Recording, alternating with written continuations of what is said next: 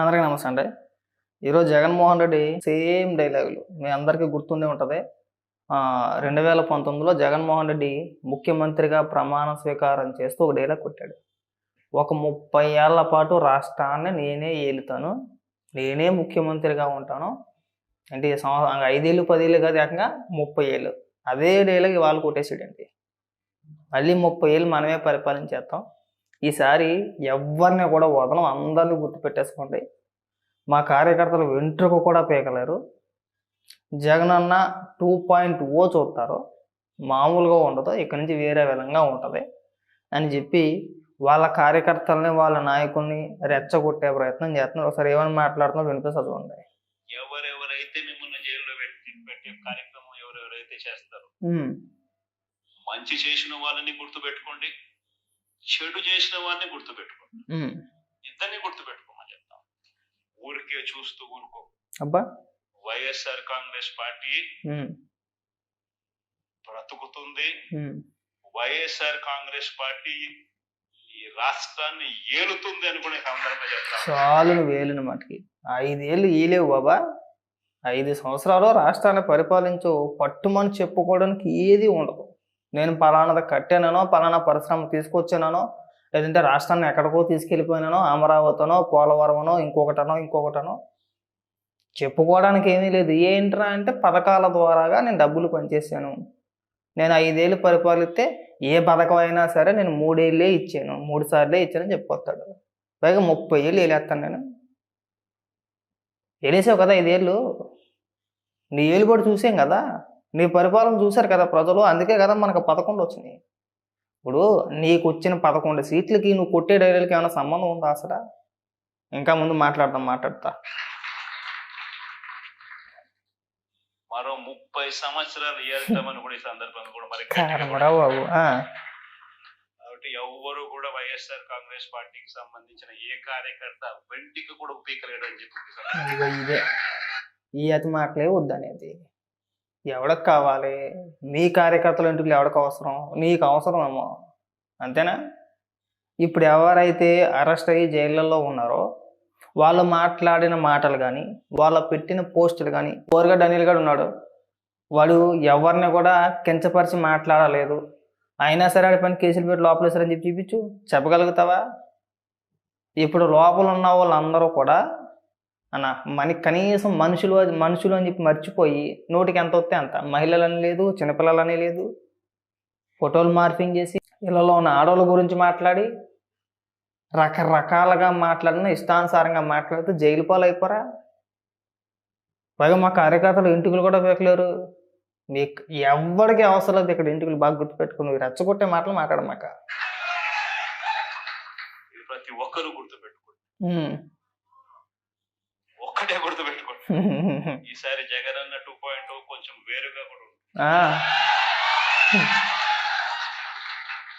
ఈసారి జగనన్న 2.0 కార్యకర్త కోసం ఎలా పనిచేస్తుందో కూడా చూపిస్తుంది. అది ఏం ఉండలే కానీ జగనన్న 1.0 చూసాం. 1.0లో ఏం చేశాడు? ముఖ్యమంత్రిగా ఉంటూ మంత్రుల చేత, కార్యకర్తల చేత, నాయకుల చేత చంద్రబాబు నాయుడు గారిని, లోకేష్ గారిని బూతులు తిట్టించేసాడు. జగనన్న 2.0లో ఏముంటుందంటే డైరెక్ట్గా జగన్మోహన్ రెడ్డి బూతులు తిట్టేస్తాడు. ఇప్పటి వరకు కార్యకర్తలు, నాయకులు, మంత్రులు, ఎమ్మెల్యేలు తిట్టడం మనం చూసాం. ఇక నుంచి అంటే జగన్మోహన్ రెడ్డి చెప్పేకొచ్చారు కదా జగనన్న 2.0 అని, ఇంక డైరెక్ట్గా జగనన్న 2.0 అని చెప్పేసి అని జగన్మోహన్ రెడ్డి బూతులు మాట్లాడతాడు. అంతకుమించి చేసేది ఏముండదు. 1.0లో ఏం పీకేసావని చెప్పేసి 2.0లో పీకేస్తాను బూతులు తిట్టించాడు బా, అంతేనా? అంతకుమించి ఏమైనా ఉందా? ఇంకా కార్యకర్తలను నేనే పట్టించుకుంటాను. అసలు కార్యకర్తల గురించి, కార్యకర్తలని పట్టించుకోవడం ఇలాంటి పదాలు నేను ఒకటంటే అసలు రాకూడదు. గోల నువ్వు అధికారంలో ఉన్నప్పుడే గోలెట్టేసారు మీ కార్యకర్తలు అందరూ కూడా, ఇవాళకి గోలెట్టేస్తున్నారు. పైగా కార్యకర్తలు వేరే విధంగా చూస్తాను. కొంతమందికి దోచిపెట్టేసాలే, అది డిజిటల్ కార్పొరేషన్ అని చెప్పేసి అని, లేదంటే ఇంకొకటని ఆ ఇంటూరు రవికిరణ్ గారికి, అవుతు శ్రీధర్ రెడ్డి, ఇంకా చాలామంది ఉన్నారు. వాళ్ళందరికీ కూడా లక్షల్లో జీతాలు కట్టపెట్టేస్తాం. ఇంకెంతమంది దోచిపెట్టేస్తావు? కార్యకర్తలను పట్టించుకోలేదట, ఇక్కడి నుంచి వేరేగా చూస్తాడంట. వాళ్ళకు కూడా సలహాదారులుగా నియమించేసుకుని నెలకు 4 లక్షల రూపాయలు ఇచ్చేసే, ప్రజల సొమ్మే కదా. ఇది మాత్రం నేను ఖచ్చితంగా చెప్తాను. ఉమ్, ఎందుకంటే జగనన్న 1.2లో ఉమ్. బహుశా కార్యకర్తలకు నేను అంత గొప్పగా బహుశా చేయలేకపోయిండొచ్చు. ఏం చేయలేదు నాయన, అందరికి దూచిపెట్టేసావు కదా. ఇప్పుడు సామాన్య కార్యకర్తలు వదిలేసే కానీ ఎవరైతే చంద్రబాబు నాయుడు గారిని, పవన్ కళ్యాణ్ గారిని, లోకేష్ గారిని బూతులు తిడతారో వాళ్ళందరికీ కూడా లక్షల్లో జీతాలు ఇచ్చి వాళ్ళని పందులు మేపినట్టు మేపి మీరు రెచ్చిపోండ్రా, 30 ఏళ్ల పాటు మనమే అధికారంలో ఉంటాం, మనం ఎవడు ఏమీ పీకలేడు, మీ ఇష్టానుసారంగా బూతులు తిట్టని చెప్పేసి అని వాళ్ళ చేత బూతులు తిట్టించేసావు కదా, సరిపోదా? అందుకే కదా వాళ్ళ జైళ్ళలో మొగ్గేది. అందుకనే ఇంకేమైనా ఉందా? పథకము ప్రతి విషయంలోనూ కూడా మొట్టమొదటిగా ప్రజలే గుర్తుకొచ్చారు. ప్రజలకు మంచి చేయడం కోసమే నా టైం కేటాయించాను, తాపత్రయపడ్డా. బాబోయ్, ప్రతి విషయంలోనూ దానికోసమే అడుగు. ఈ సోలు డైలాగ్ ఏం కొట్టమాక. నువ్వు ఆ జనం గురించి ఆలోచించేది, ప్రజల గురించి నువ్వు ఆలోచించేసి మనిషివే. చెప్పు, ప్రజల మంచి కొరకు నేను తీసుకున్న నిర్ణయం ఇది అని చెప్పి చెప్పగలుగుతావా? అవి చెప్పలేడు. మళ్ళీ మొదలుకోతాడు, ఏం చేసావంటే మళ్ళీ పథకాలే అంటాడు. ఇంకా మాట్లాడు. 2.0 వచ్చేసరికి మాత్రం చంద్రబాబు నాయుడు కార్యకర్తలు పెడతా ఉన్న ఇబ్బందులు చూశారు, కార్యకర్తలు పడతా ఉన్న అవస్థలు చూశారు, కార్యకర్తలు పడతా ఉన్న బాధను గమనించా. వీళ్ళ కోసం గట్టిగా మీ జగనన్న ఉంటాడని సందర్భంగా గట్టిగా దయచేసి జగన్మోహన్ రెడ్డి రెచ్చగొట్టాడు కదా అని చెప్పేసి అని మీరు రెచ్చిపోమాకండి. జగన్మోహన్ రెడ్డి అలాగే మాట్లాడతారు, పని బాటలని మాటలని 100 మాటలు మాట్లాడతారు. అందరినీ గుర్తుపెట్టేసుకుంటాం, ఏ ఒక్కరిని వదలను, అందరినీ జైల్లో వేసేద్దాం. నువ్వు అధికారంలో లేవు, నువ్వు ఇలా మాట్లాడుతున్నావు. నీలాగే చంద్రబాబు నాయుడు గారు ఆలోచించినా, లోకేష్ గారు ఆలోచించినా నిన్ను లోపల వేయాలంటే నిమిషాల పని. ఇప్పుడు నువ్వు చంద్రబాబు నాయుడు గారి పైన ఒక అక్రమ కేసు పెట్టి 53 రోజులు జైల్లో ఉంచావు. ఒకవేళ నిజంగా అలాగే చంద్రబాబు నాయుడు గారు చేయాలనుకుంటే ఎవడాపుతాడు? అంతేనా? ఈ డైలాగులు కొట్టినట్టు కూడా బయట ఉండవు కదా. అధికారంలో లేని నీకే ఎంత ఉంటే ఇంకా 4.5 ఏళ్ళు ఉంది అధికారం. తర్వాత సంగతి తర్వాత పక్కన పెట్టేసి, నీలాగే చంద్రబాబు నాయుడు గారు అనుకున్నా, లోకేష్ గారు అనుకున్నా నిన్ను లోపలేడు ఎంతసేపు పనయా? మీ నాయకులను లోపలేడు ఎంతసేపు పని? మీ కార్యకర్తల లోపలేడు ఎంతసేపు పని? దయచేసి రెచ్చగొట్టే వ్యాఖ్యలు వద్దన్న, చిరాకు వచ్చేసింది విని విని విని. రాష్ట్రం ఏదో బాగుపడే దిశగా ఇప్పుడిప్పుడే అభివృద్ధి పదవిలో నడుపుతుంది.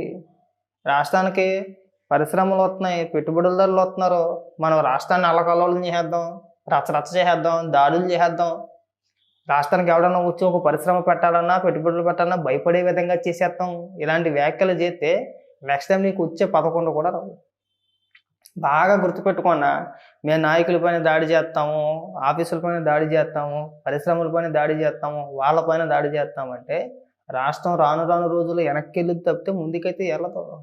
ఒకవేళ నీలాగా ఇప్పుడు చంద్రబాబు నాయుడు గారు అనుకుంటే నేను నిమిషాల ప్రకారం లోపలేస్తారు. పెద్ద కష్టమైన పని ఏమీ కూడా కాదు. కానీ నేను లోపల వేయడం కాదు కదా వాళ్ళకి కావాల్సింది, రాష్ట్రాన్ని ముందుకు తీసుకెళ్ళాలి అనే ఉద్దేశంతో మాత్రమే వాళ్ళ ఆలోచనలు ఉన్నాయి. ఒకవేళ లేదు నీలాగే అనుకుంటే కనుక నిన్ను ఇప్పుడు దాకా బయట ఉంచుతారా? ఒక నీ విధంగా వాళ్ళు ఆలోచించుంటే నువ్వు ఎన్ని రోజులు బయట ఉంటావు? అసలు ఉండవు కదా. నువ్వు అది గమనించుకోవాలి. రాష్ట్రంలో ఎంతసేపు దాడులు జరుగుతానో ఇంకోటి జరుగుతానో రాష్ట్రం ముందుకు వెళ్ళదన్న. ఎవడు కూడా మన రాష్ట్రానికి రాడు, అది గుర్తుపెట్టుకోవాలా. అది మానేసి ఇలాగే అతి మాటలు మాట్లాడతాను, అతి పేలాపన వెళ్తానంటే ఎవడు చేసేది ఏమో మీ కార్యకర్తలు నష్టపోతారు అంతే.